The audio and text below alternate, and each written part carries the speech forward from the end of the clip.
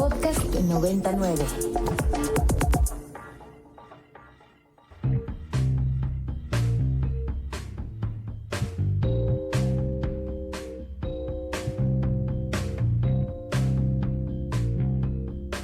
Desde el estudio B de Ibero 90.9, esto es Control de Cambios, una producción de Ibero 90.9 y la revista Nexos. Mi nombre es Valeria Villalobos Guiza.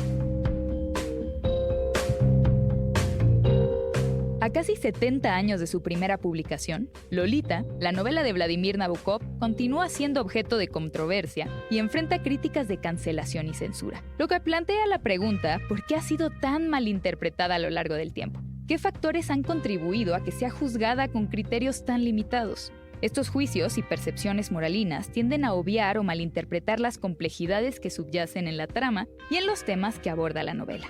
En el centro de la discordia se hallan cuestiones profundas y delicadas, como la intersección entre la realidad y la ficción, la exploración del deseo en la infancia, la manifestación de la frustración en la vida adulta y, por supuesto, la verdadera naturaleza de la censura.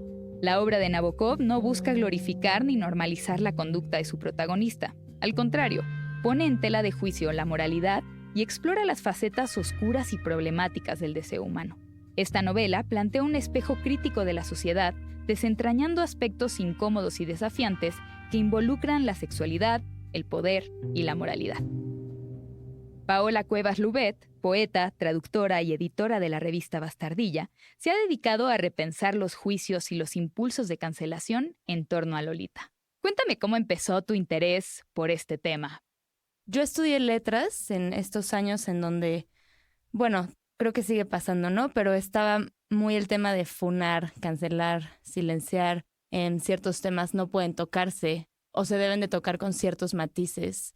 Y yo entiendo esto en una discusión, en una mesa, ¿no? No ofender gente o no decir ciertas cosas porque puedes lastimar al de enfrente porque son personas de carne y hueso. Pero, ¿por qué con la ficción, no? O sea, ¿qué hace que queramos que en la ficción seamos intachables, ¿no? En vez de en una mesa. Yo creo que una novela, así como el ser humano es un ser muy complejo y abstracto y no sabemos bien de dónde viene cada impulso, la novela se basa en eso, ¿no? En la ambigüedad, en el no poder explicar todo al 100% y solo dejar ver. Y creo que estamos en un momento en donde ansiamos absolutos, ¿no? Bien o mal, esto sí, esto no. Y la novela no cabe en ese mundo, ¿no? Entonces yo pensaba como, ok, pues ¿qué le va a pasar a la literatura si seguimos por este camino, ¿no? ¿Tendremos puros personajes políticamente correctos o qué va a pasar? ¿Qué tipo de narrativas y juicios reduccionistas te has encontrado, tanto en la prensa como en estos momentos que cuentas universitarios?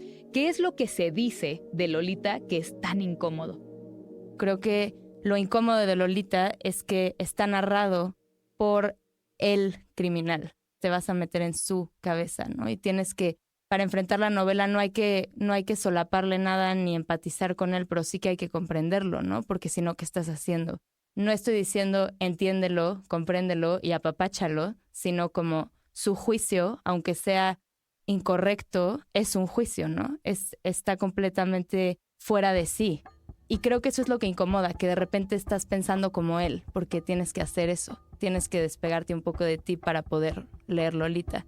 Es sumamente real, ¿no? En las descripciones. Y eso es fortísimo para un lector, porque un lector o una persona que no tiene un pensamiento pederasta, no va a pensar así de los niños, pero está leyendo una descripción súper real de un güey que está obsesionado con una niña, ¿no? Y creo que eso, en forma de espejo, puede ser muy incómodo para cualquiera, porque lo estás leyendo, lo estás absorbiendo, no puedes taparte los oídos, ¿no? Vas a continuar y vas a terminar ese párrafo. Y es un párrafo de disfrute, ¿no? De un abuso infantil. Es brutal. Y yo creo que es más fácil negarlo, salirte, cancelarlo, que admitir que es una buena novela y que por eso te hace sentir eso, ¿no? Que es pensarlo en poca complejidad, ¿no? Porque toda la literatura exige un desplazamiento y ese desplazamiento a veces es muy incómodo, no solamente porque puedas estar presenciando cosas viles, sino porque a veces te puedes identificar con cosas viles. ¿Qué tipo de cosas se dicen sobre, digamos, Lolita banalmente, ¿no? Yo por ahí he escuchado que pues simplemente es una pervención bien escrita. Uf, qué fuerte. Sí, yo la peor que he escuchado es que Lolita provoca. Y creo que es muy simplista, es la lectura más simplista, porque no estás entonces leyendo desde la posición de un poseído, estás leyendo desde tu juicio de que los niños pueden querer provocar eso, ¿no? Y eso es muy fuerte. Esa a mí me parece la peor. Y los juicios a Nabokov, ¿no? Solo un pedófilo podría escribir eso. Bueno, ¿no? eso es de un reduccionismo tremendo, ¿no? Y entonces solo Dostoyevsky, solo si fuera un asesino podría haber escrito Crimen y Castigo y así. Sí, esas son, creo que, las más reduccionistas y las más terribles, ¿no? Porque ambas afirman cosas terroríficas. Que tú eres una lectora de W.H. Auden, ¿no? Quien ha reflexionado sobre el carácter de la censura en las obras de arte. Entonces, ¿qué tipo de móviles hay tras este tipo de censura al arte? Y más allá de Auden, ¿tú qué piensas? ¿Qué moviliza este deseo de censura? Cuando cité a Auden, él explica 2 razones de la censura, como el carácter herético de una obra, ¿no? Que va en contra de la sociedad y que puede influir en la sociedad, ¿no? Puede cambiar al individuo que está leyendo la obra.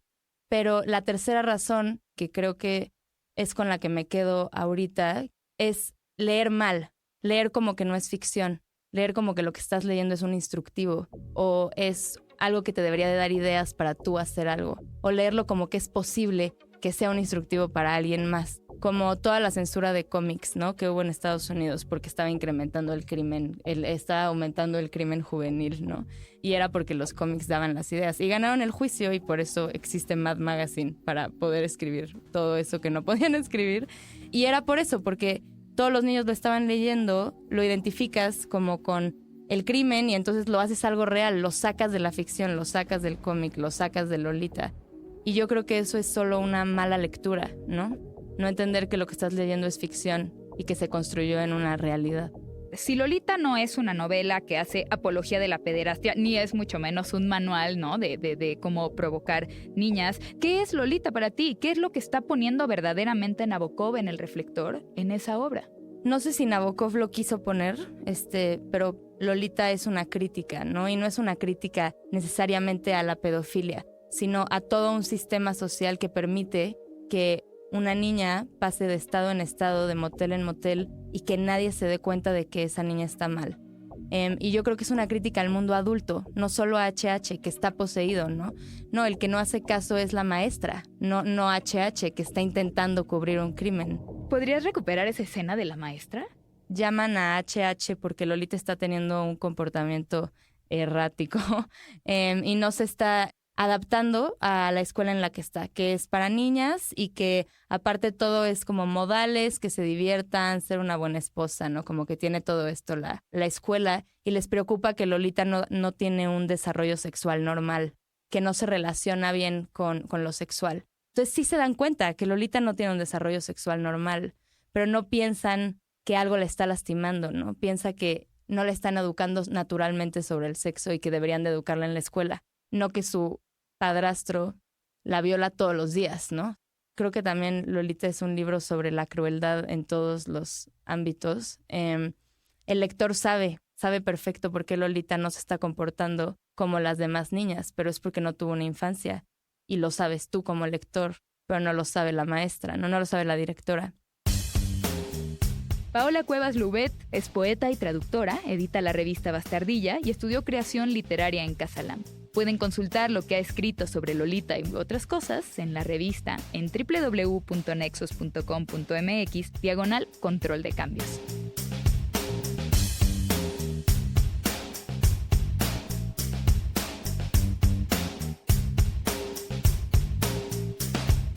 La medición del crimen organizado plantea un desafío único. ¿Cómo medir lo que se niega a ser medido? Las ramificaciones del crimen organizado, ya sea en sus presuntas filtraciones en las esferas gubernamentales o la magnitud de sus operaciones ilícitas, surgen como tentáculos de una entidad inasible. Lo siniestro de esta realidad radica en su carácter omnipresente y, a su vez, impenetrable. ¿Cómo capturar en números, gráficos o estadísticas algo que es inherentemente esquivo? Las toneladas de cocaína traficadas o los rumores de su influencia en altas esferas son apenas aristas de un problema mucho más profundo y misterioso. El narcotráfico representa una amenaza latente que se despliega en una realidad paralela, escapando a los intentos de ser dimensionado. Quien se ha dedicado a reflexionar y atender este problema es José Luis Abau, politólogo y maestro en estudios latinoamericanos por la Universidad de Stanford.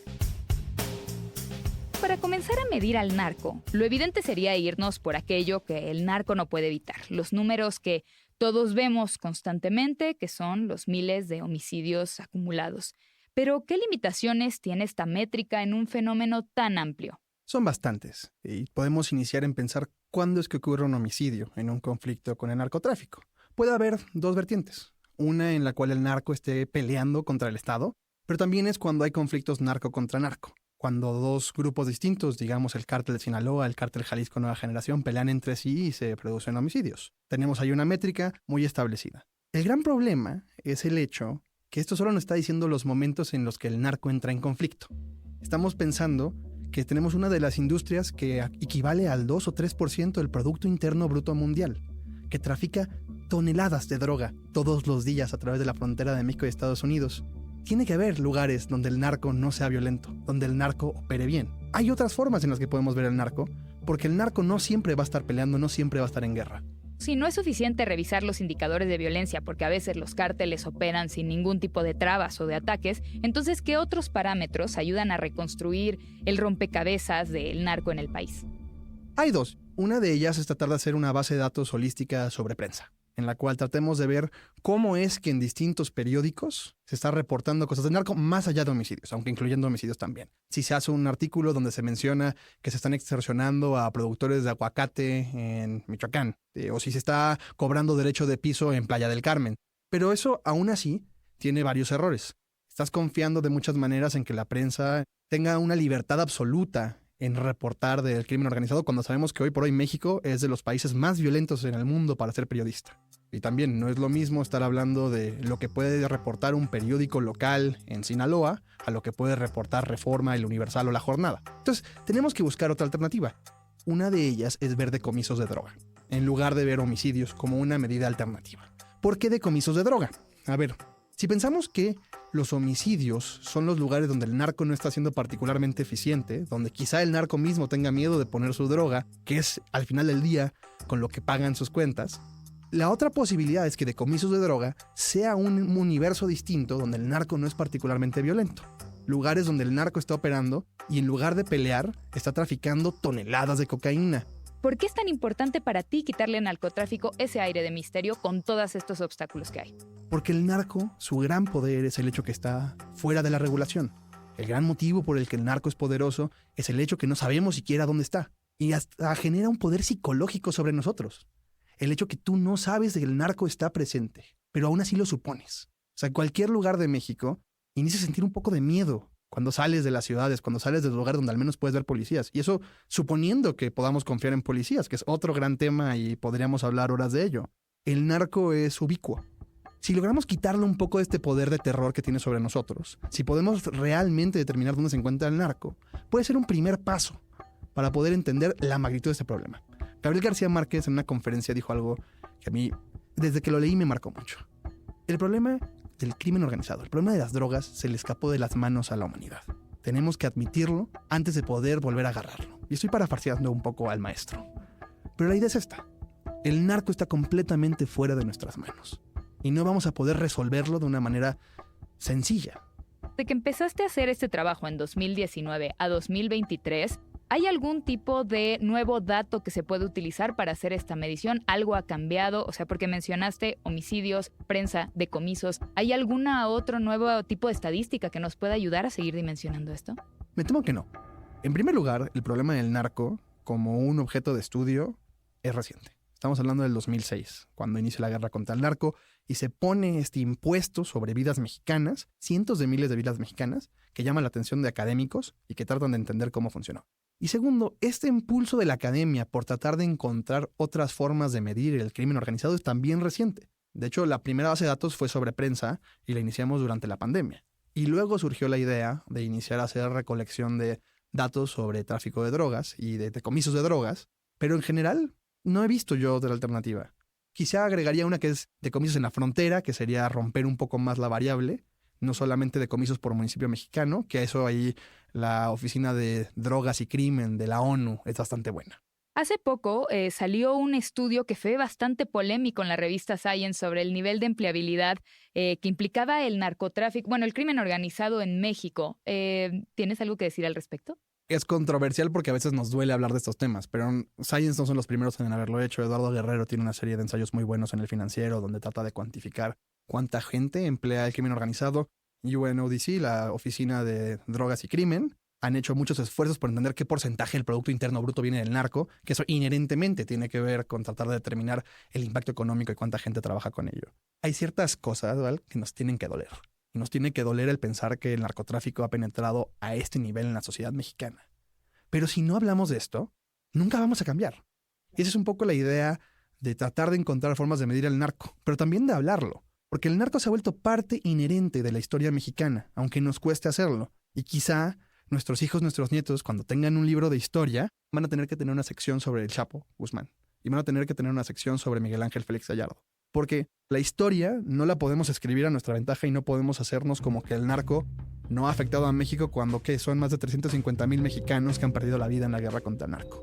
Eso sin contar los desaparecidos, sin contar secuestros, sin contar la cantidad de dinero que se ha perdido en cobros de derecho de piso.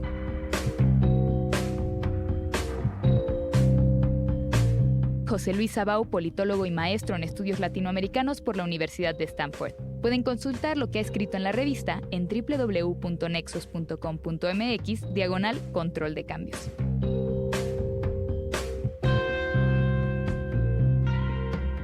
Esto fue Control de Cambios, una producción de Ibero 90.9 y la revista Nexos. Mi nombre es Valeria Villalobos Guízar.